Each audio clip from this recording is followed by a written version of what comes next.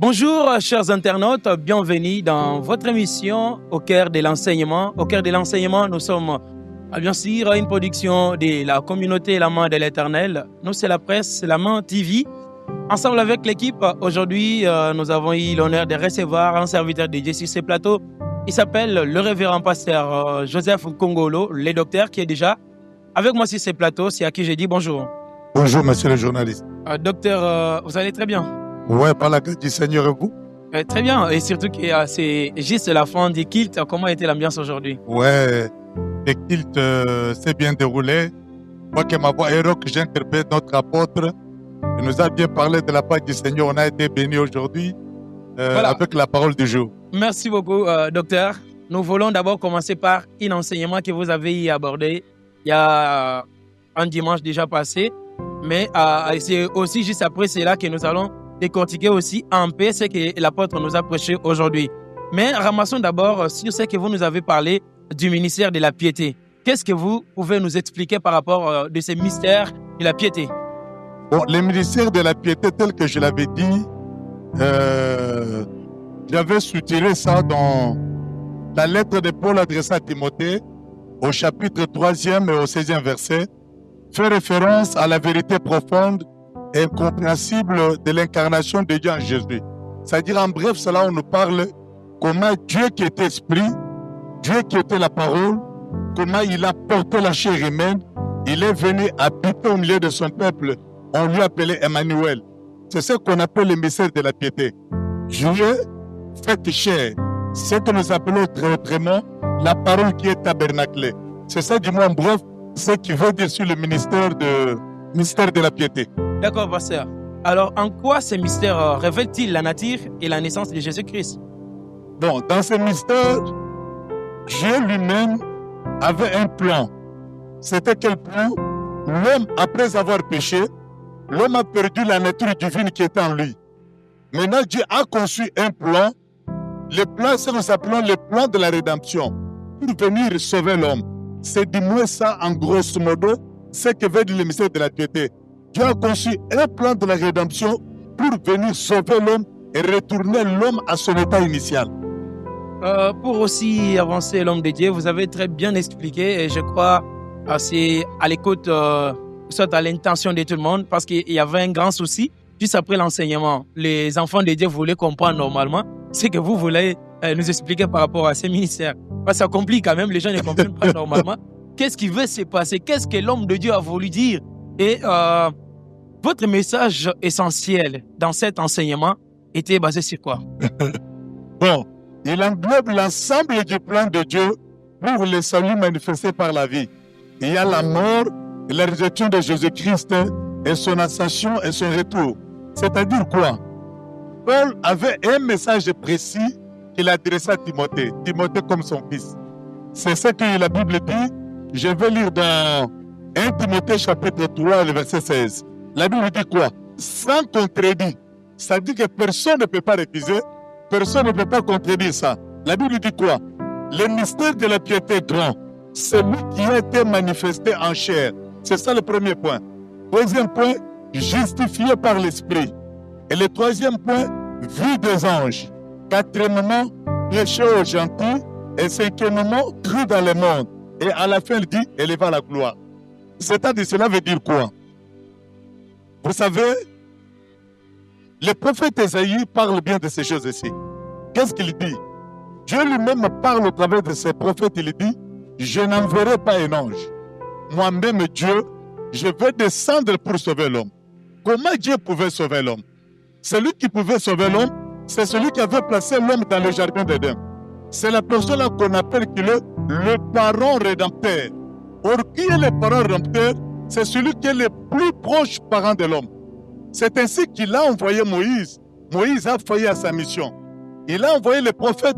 Les prophètes ont failli à leur mission. Lui-même, Dieu, connaissait très bien que les gens qu'il a envoyés, ils n'allaient pas réussir à cette mission-là. Ça, c'est dans la préscience ou dans la prédilection de Dieu. C'est pourquoi lui-même, Dieu, il a porté maintenant la chair humaine. Quand il a porté cette chair, pourquoi? Il y a beaucoup de choses à parler comme l'état est minime. Il a porté cette chair et il est descendu pour sauver l'homme. Si Dieu était descendu dans sa nature divine, on n'allait pas le croire. C'est pourquoi il a porté la chair humaine. Et un Dieu que nous appelons Emmanuel, il a vécu avec les gens. C'est dans ce cadre-là que les gens pouvaient d'abord le voir. Au travers Marie, qu'on appelait sa maman, que moi j'appelle que Marie est la fille de Jésus. Parce que Jésus est le père de qui? Le père de Marie. Ça ne peut pas compliquer comment. C'était Marie qui a porté Jésus-Christ pendant 9 mois. Et l'a enfanté. Comment savait-il que Jésus-Christ doit devenir le papa de Marie? Je vais vous dire une chose. Jésus a existé avant Marie. Il y a eu discussion entre les pharisiens et Jésus. Et Jésus a dit aux Juifs, votre père Abraham a vu mon jour. Il était tressailli de la joie. Et ils lui ont dit, mais toi, tu n'as pas encore 50 ans. Abraham est mort, ça fait longtemps.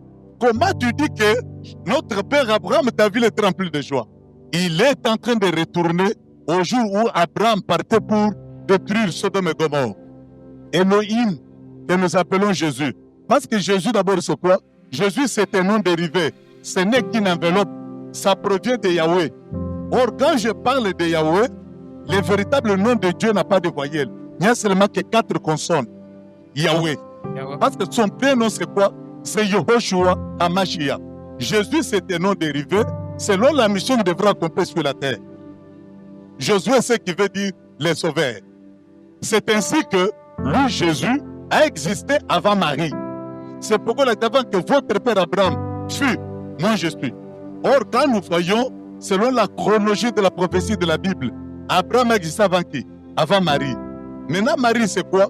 Marie n'est qu'une enveloppe qu'on a utilisée pour porter cette enveloppe-là qu'on appelle Jésus. Alors, l'homme de Dieu, pour avancer, pourquoi la piété authentique semble parfois négligée ou incomprise dans l'Église aujourd'hui? Vous savez c'est quoi? Vous savez, avant que Jésus vienne, les gens n'avaient pas compris ces mystères-là. La Bible dit quoi? Ça, c'est Paul qui dit. Nous ne pouvons plus nous recommander. Pourquoi? Parce que nous sommes une lettre parfaitement écrite. Vous voyez que Jésus a envoyé son message et les gens n'ont pas compris ce message-là. C'est pourquoi vous remarquez, quand il prêchait, les gens étaient en train de sonder les Écritures. Il leur dira quoi? Ne sondez plus les Écritures. Ce que vous cherchez, parle de moi. Comme moi-même je suis déjà là, venez écouter-moi. C'est ainsi que vous remarquez dans le Nouveau Testament, ce message a eu plus de l'impact. Pourquoi? Parce que celui qui avait envoyé le prophète était déjà dans le monde. Je vais vous donner un exemple. Voilà. Je rédige une note et j'envoie ce truc à quelqu'un. Et la personne tarde. Et que moi-même j'arrive à voir la note. Est-ce que c'est encore important que tu lises la note? Non. Mais non. Parce que ce que j'avais écrit, voilà. Je suis là. C'est pourquoi les Juifs ne comprenaient pas ça. Ah, ok. C'est pourquoi aujourd'hui nous sommes les bienheureux. Pourquoi? Parce que nous avons la révélation des prophètes. Nous avons la loi de Moïse, nous avons les psaumes et nous avons Jésus aujourd'hui. C'est pourquoi aujourd'hui, nous sommes les bienheureux parce que nous sommes sous la grâce du Seigneur. Et nous comprenons ces choses, plus même qu'Ésaïe, plus même que Jérémie. La Bible dit quoi? Ils ont salué cette promesse de loin. Ils sont morts, ils n'ont pas vécu cette promesse. Mais nous, aujourd'hui, nous avons vécu cette promesse. Nous avons vu Jésus. Jésus est en nous. Et il est en train de vivre avec nous tous les jours. Oh, voilà l'homme de Dieu. Merci beaucoup, surtout pour toutes ces précisions. Ouais. Alors, que faire pour redonner la piété, je dirais, à sa place dans la vie chrétienne? Aujourd'hui, dans la vie chrétienne, que les gens acceptent que Jésus est Dieu. Il n'y a pas 3 personnes en Dieu. Comme je l'avais dit autrefois, les théologiens nous ont induits en erreur en nous présentant 3 dieux. Or, il y a un seul Dieu, mais qui se manifeste de 3 manières. C'est par là qu'on parlait de la Trinité. Voilà, on parle de la Trinité. Okay. Il n'y a pas 3 dieux, un seul Dieu, mais qui se manifeste de 3 manières différentes. Il se présente comme Fils, il se présente comme Esprit, il se présente comme Dieu. Or, c'est la même personne-là de Jésus.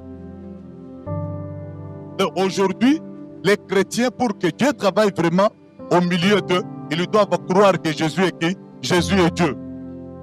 Voilà, merci beaucoup l'homme de Dieu. Au moins, si vous avez encore quelque chose à ajouter avant d'aborder les sujets qui a été voilà. ici. J'ai quelque chose à ajouter, c'est laquelle? Que les gens acceptent, que les gens croient que Jésus est Dieu. Il est le seul Dieu qui sauve. D'ailleurs, vous savez, il y a un verset que j'ai lu ce matin qui m'a beaucoup réjoui. Qu'est-ce qu'il a à ses disciples? il dit, je rentre au Père et non chez le Père. C'est qu'il était sorti quelque part, il est en train de retourner là où il était sorti. C'est où c'est le trône. Car Esaïe dit, il a laissé le trône vide. Quand il a achevé la mission, à la 6e étape de 1 Timothée, qu'est-ce qu'on dit? Il a été élevé à la gloire. Il rentre sur le trône où il était sorti. Voilà, merci beaucoup le révérend pasteur Joseph Kongolo. Alors aujourd'hui, dimanche, quel a été le message important de l'apôtre Barnabé Mwakadi? Bon, notre papa nous a prêché aujourd'hui, nous a parlé sur l'espoir, qu'on doit toujours croire. Il nous a parlé dans le livre de Luc chapitre 8, du 22 jusqu'au 25e verset.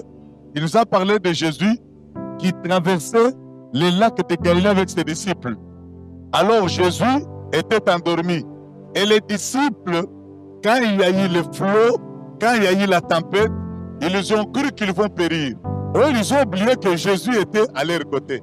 Quand ils ont réveillé Jésus, une fois Jésus a parlé seulement. Je reviens pour te dire que celui qui a parlé, c'est Dieu. Parce que si Jésus n'était pas Dieu, il ne pouvait pas ordonner à la tempête et ordonner au vent afin que le vent puisse l'obéir. Pourquoi? Lui-même, Dieu, il est au-dessus de la créature. La Bible dit quoi? Tout a été créé par lui et pour lui. C'est pourquoi il a eu cette autorité-là. Une fois quand il a parlé, l'eau a obéi et le vent a obéi. Il nous a dit d'avoir l'espoir. Il a dit, les traversées, c'est quoi? Il y a des difficultés, il y a des problèmes. Alors, les problèmes-là ne nous montrent pas que Dieu nous a abandonnés. Le Seigneur est avec nous, malgré les problèmes. Et les problèmes, c'est un visiteur. Quand un visiteur revient chez moi, il a une durée. Après sa visite, il va rentrer, va me laisser libre. Voilà, merci beaucoup l'homme de Dieu. Nous sommes presque arrivés à la fin de cette intervention. Vous avez un dernier mot? Un dernier mot à dire. On ne doit pas perdre l'espoir. Notre confiance doit être placée en Jésus. On ne doit pas placer confiance dans les hommes, ni dans nos papas, ni dans nos mamans, ni nos frères, nos soeurs non plus. Notre confiance doit être placée en qui? Rien qu'en Jésus de Nazareth. Parce que mon père, un jour, il périra. Ma mère mourra. Mais si je place ma confiance à Dieu, Dieu ne change pas. Dieu ne mourra jamais. Il est avec moi toujours éternellement. Plaçons notre confiance en Dieu car Dieu ne meurt pas. Il reste toujours éternel. C'est là les derniers mots. Nos parents passeront. Voilà. Merci beaucoup l'homme de Dieu. Ouais. Surtout parce que vous nous avez donné toutes les précisions possibles. Surtout avec le mystère de la piété qui était au moins compliqué. Mesdames et messieurs, nous sommes arrivés à la fin de ce programme spécial. Bien sûr, c'est au cœur de l'enseignement, une émission de l'Amant TV. Alors, si vous nous avez suivis, je vais vous demander une chose, c'est d'abord de vous abonner sur notre chaîne YouTube et aussi n'oubliez pas d'appuyer sur notre cloche des notifications pour ne pas manquer à tous nos programmes. Alors, cette émission a été réalisée par Steve Luyeye, accompagné d'Israël Kaninda, à la caméra de Junior Mutombo, accompagné de Simbambala, ainsi que bien entendu, toute l'équipe de la Main TV. Je suis en train de voir la coordination de José Kadisha, ensemble avec Patrick Mawanga, ainsi que la scène Benda. Nous sommes arrivés à la fin. Merci à tous de nous avoir suivis et restez toujours fidèles au programme de la Main TV.